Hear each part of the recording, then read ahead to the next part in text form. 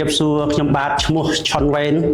ជាសខាកាមមកពីខេត្តព្រៃវែងវគ្គបណ្ដុះបណ្ដាលការរៀបចំផ្នត់គំនិតជីវិតពេញបរិបូរណ៍ខ្ញុំបាទមានចំណាប់អារម្មណ៍លើ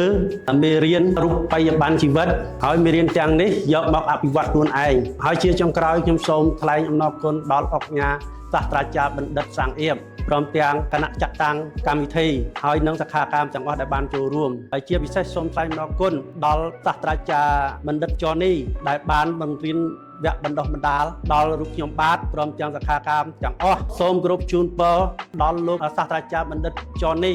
សុខភាពល្អមានកម្លាំងមាំមួនអាយុយឺនយូរមានទ្រព្យសម្បត្តិដុកដំព្រមទាំងជោគជ័យគ្រប់ភារកិច្ចសូមអរគុណ ភាពច្រើនចម្រើនចំណេះចេះច្រើនចម្រើនទ្រ